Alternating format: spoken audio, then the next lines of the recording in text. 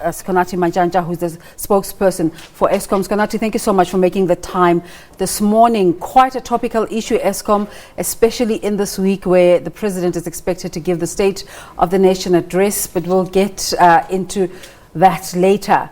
You released a voice note and a statement last night saying that load shedding will stop at 9 p.m. yesterday evening and start again at 9 a.m. this morning, only stage one. Take us through the details. That's absolutely correct. So last night we stopped load shedding until this morning at 9. So we're starting with stage one, which is the first stage, because our reserves have improved significantly. Our dams are full, our diesel deliveries are looking good. The unplanned breakages, which is the thing that really takes us to load shedding, now are down to just above 11,000 this morning, 11,000 megawatts. So that has given us room to be able to actually avoid running or burning diesel this morning and hopefully the whole day, and to avoid using the dams for the whole day. We will hopefully be on stage one for the rest of the week, or even we might even stop load shedding this week. Is this national? National, yeah, but that is not a decision that can be communicated at this point. We are not yet sure, but we're working to actually stopping load shedding during the course of this week. What kind of conversations is Eskom having with, for argument's sake, and I will say this because I'm in Joburg, the JMPD, in terms of the things that can mitigate the effects? Because as a result of load shedding in Joburg, the traffic congestion is just so unbearable, and you think if the traffic cops were there, it would really just make it better.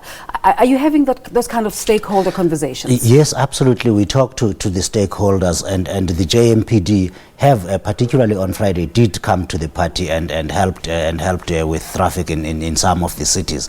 But in some places. In some places, indeed. Let it be said that Eskom we will keep experimenting and trying that pilot program where we will suspend load shedding between 4 and 6 p.m. and 6 a.m. and 9 a.m. when the circumstances allow, when we have enough capacity to avoid load shedding during those times. So it may not have happened in the last 2 days of last week, but it's a program that we keep on trying.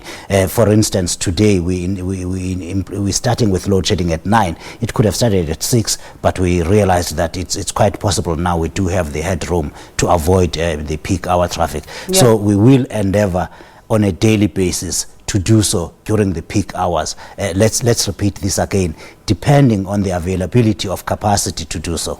Now, at an individual basis, my bugbear is traffic, and I imagine I speak for quite a lot of people. For all of us. But what other considerations do you take into, what other issues do you take into consideration when you're making a decision about what time to implement? So the load shedding schedule is published, remains published on the website loadshedding.eskom.co.za. So that we make every attempt to stick to that at all times. But of course, there are instances where things do go wrong, and as we have told the people of South Africa, Eskom's machines, 80% of them are more than 40 years old. Anything can break at any moment. We try and mitigate those and do the best that we can to avoid inconveniencing the public any further. When Andre de Ruyter was addressing media for the first time last week, he mentioned in his plan, which kind of, I was saying to our viewers, he sounds as a believable person, and you can tell us what the sense is out there. He was saying that we must expect more load shedding. So South Africans have made peace with that eventuality. Just give us a sense of what Eskom is doing in the background to mitigate. I know you're talking about aging infrastructure. What other issues, what other considerations are there? So it's aging infrastructure that has not always been maintained as it should have been. So that's the catch-up that we are doing. At any stage, while we give the public 11,000 megawatts, for example, we tell them what is unplanned breakages. It's a machine that we were expecting was working today, but it just breaks. There is, we've increased the maintenance program to make sure that we are able to have reliable plant going, particularly going into the winter. We are able to make it, to get the machines in work in good order again, to restore them to good health. So that's one of the things. And but the most important thing, though, the people of South Africa have to realize, Eskom cannot do this alone. Each and every one of us at home have to play our bit, reduce demand, switch off your geysers during when you don't need it, and avoid switching on your geyser during the peak hours. That's the evening when everybody is cooking and things like that. Don't don't fill the whole jug if you're just wanting to make one cup of coffee. Yeah. Setting your air conditioners at 23 degrees Celsius. So there are measures like those. We are trying to encourage people to partner us. We are unfortunately in this together, and if we all work together and try to manage demand properly, we will hopefully get through this bout of load shedding sooner, and with much more reliable equipment going into the winter. When we talk about those at-home practicalities, there's this thought that if you switch your geyser off, it requires much more electricity or much more energy to come back up to par when you switch it on back on. That's obviously not true, because you're saying people should switch geysers on. Desiree, the first point to realize is that nobody baths with boiling water. Yeah. You will still dilute it back down to about 30 degrees Celsius. Yeah. So you don't always need the water to be boiled, because even if you're going to make your coffee, you're not going to take it directly from the tap. You're still going to put it in the kettle and boil it again. So reducing or switching off your geyser will have the effect that, one, it will reduce your own electricity bill by about 40%, and indeed it will help ease demand for the whole of Eskom. So the thing is, you're not going to bath with water boiling at 100 degrees Celsius. You need to dilute it down. It's one of the things, only one of the things all of us can do to help the situation. Let's repeat this again. We are all in all of this together, and we can only pull through sooner if we work together, if we help Eskom reduce the demand. Yeah. That is just the reality of the situation. Okay, let's repeat this again. Stage 1 has started for today at 9 a.m. How long is it going to last for?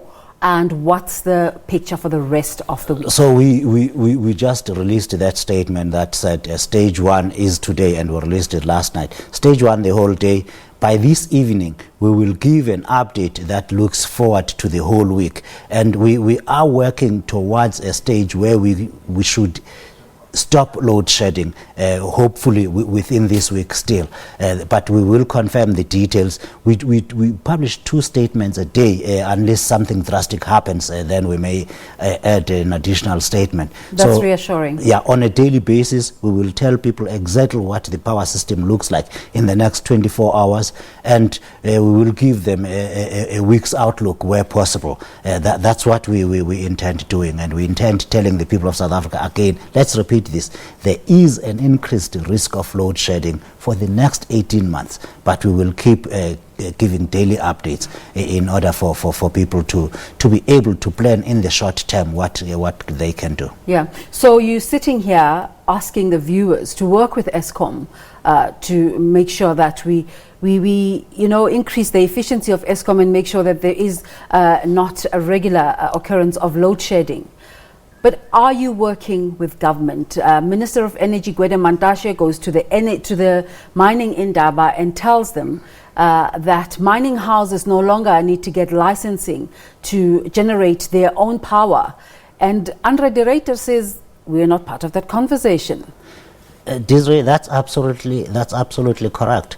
The starting point is, in December 2019, Eskom said to the government, we need an additional 5,000 megawatt capacity that comes outside of Eskom. Yeah. We need you to license, because it's the government that does the licensing and Eskom implements its own part of the policy. We need you, government, to help us with an additional 5,000 megawatts of power, so that we can be able to take down our machines and refurbish them and do the correct maintenance as we should have. So Sikonathi Mantshantsha's response, when he said mining companies can generate their own power, that is a response to Eskom's own plea. It's also, if you remember, soon afterwards in December, the government released a request for proposal saying, can companies come tell us what they can do in terms of generating power? What Andre de Ruyter said that day when he said we were not warned upfront that the minister was going to make this statement, it's not to say Eskom is not involved in this, Eskom is against this. Yeah. It has been an ongoing conversation. Yeah, we just didn't have we didn't know at that particular point the minister was going to make the statement. And let it be said again, the Minister of Energy is under no obligation to tell Eskom what the government's policy is, or ask Eskom's permission what the government policy is. But it's a loss of business for Eskom if it happens. Absolutely it is, but it is also a loss of business that Eskom cannot fully supply power without load shedding. So South Africa in the end needs reliable supply of electricity, steady, reliable supply of electricity, and that's what the government is trying to solve together with Eskom. It doesn't make sense, though, that on the one hand, Eskom is seeking to increase capacity, and on the other hand, government is having conversations about offloading some of the capacity that Eskom has to allow mining houses to create their own, generate their own. Where's the middle ground there? The reality of the matter, Desiree, as it stands right now, is that mining companies and all intensive electricity users are not able to get all the electricity they want. Absolutely. Because of the problems that we have spoken about. Yes, loss of business for them and loss of tax revenue for the government of the Republic of South Africa. It's a cycle. Yes, and indeed loss of jobs and everything. So when mining companies are able to generate their own power and sell back what they can to Eskom, we all will get more electricity, which will also give Eskom the headroom to again fix their power stations and make sure that we have a reliable electricity system. I know you said you can't tell the minister what to say, but are we at a stage where we can pronounce? The government has got its own policies. We inside Eskom conduct the business of Eskom as mandated by the government. Yeah. The government does what it must do on the other side, and surely the Minister of Energy can answer that question. All right. You just started at Eskom. Andre de Ruyter has just started. Exactly, day 10. I know it's difficult to ask you the question, is there a sense of motivation within in terms of now getting things done? But just give us a sense of your sense of the environment. I'll start here, Desiree. What I didn't know about Eskom is that at 5 in the morning, all the executives are on a conference call. Yeah. Looking at the state of the system and what to do. By the time we communicate to the public, we've been up for 4 hours. I repeat, at 5 in the morning, there's a conference call where people have to say, guys, we have to get that machine going. So then you go inside. Eskom inside the utility itself is not what it looks like outside in the public. We know the stories of corruption, we know the stories of the power outages, we know all of that. But you have 47,000 dedicated professionals working day in and day out to keep the lights on. We have had, unfortunately, in the past, the circumstances where Eskom seemed to be used for anything else other than just generating electricity and keeping the economy going. Yeah. But you have 47,000 people inside working up on a daily basis to do a great job. That is what the people are trying to do. Let's repeat again. At 5 in the morning, Eskom's executives are already together in one room or on one teleconference. There's a need to show a sense of urgency. Absolutely, absolutely. And everyone that whose business it is to generate electricity at Eskom During the night, there are updates about this unit getting back up in about 2 hours. Nobody sleeps, whose job it is to generate power. And the unfortunate experience is that the power stations are very old, and in the past they have been poorly maintained. In fact, that brings me to my next question. When it comes to the unplanned outages, when you're working around the clock like that, why is it sometimes seemingly difficult to preempt the breakages, the shortage of coal, the diesel problems? That's questions I used to ask the management in the many press briefings, and I even asked them. I'm glad you're here today to tell us both sides. I would ask them, surely it is possible to know that that particular machine is about to break. The equipment manufacturers should have built in something like your vehicle warns you that it needs service in the next few minutes, or it tells you that we're running out of water here. The reality is, the technology has not caught up. You are not able. The biggest problem that we see are boiler tube leaks. Okay, now I'm not an engineer. I cannot tell you exactly what that is. The engineers do. But on a daily basis, you get updates about boiler tube leaks here, so we have to put the machine out. The original equipment manufacturers have not been able to build a system that pre-warns of a breakage. So they only have to react to what has happened and quickly, or depending on the severity of the problem, of course, quickly fix that and put it back into service. So we're talking about schedules and timetables for outages, but one big story that has been going on, particularly last week, where there seems not to be a consideration of schedules, is Soweto. What's happening in Soweto?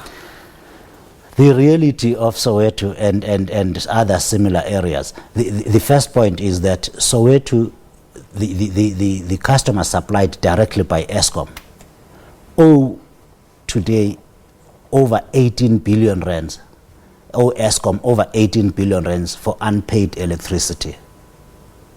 Let's repeat that. 18 billion rand is 18 and 9 zeros and some money. That's money Eskom keeps pumping electricity in, so it gets nothing back. No, the people don't pay for their services. Now, if you have to make the decision about load shedding or about curtailing power, where you think you have a shortage of supply here and there, who do you switch off first? The person who's paying their bills and making sure to keep Eskom running, or the person who's just consuming without contributing? That's the reality that we have. Wow. So the first call, obviously, has to be the area. Of course, we have to exclude police stations and clinics and such sensitive infrastructure like that. But the households that are not paying for electricity, they have to be first in line. But when there is load shedding, the ones that are paying also get affected. The ones that are paying also got affected, unfortunately. But the reality of the matter, if you've got 90% of households in an area not paying for electricity, and you've got, let's take Sentin, for example. I don't know what the payment levels are, the rates are there, but let's say 90% of people in Sentin do pay for their electricity. Yeah. Do you switch off the person who's actually contributing and making sure that you are able to get revenues? We have to wrap up our conversation. Did we touch on everything? Is there something pertinent that you needed to tell the viewers today about Eskom? We just request the public to help Eskom to help reduce demand, and we'll get through this sooner if we all cooperate. Sikonathi Mantshantsha from Eskom. Thank you so much for coming through.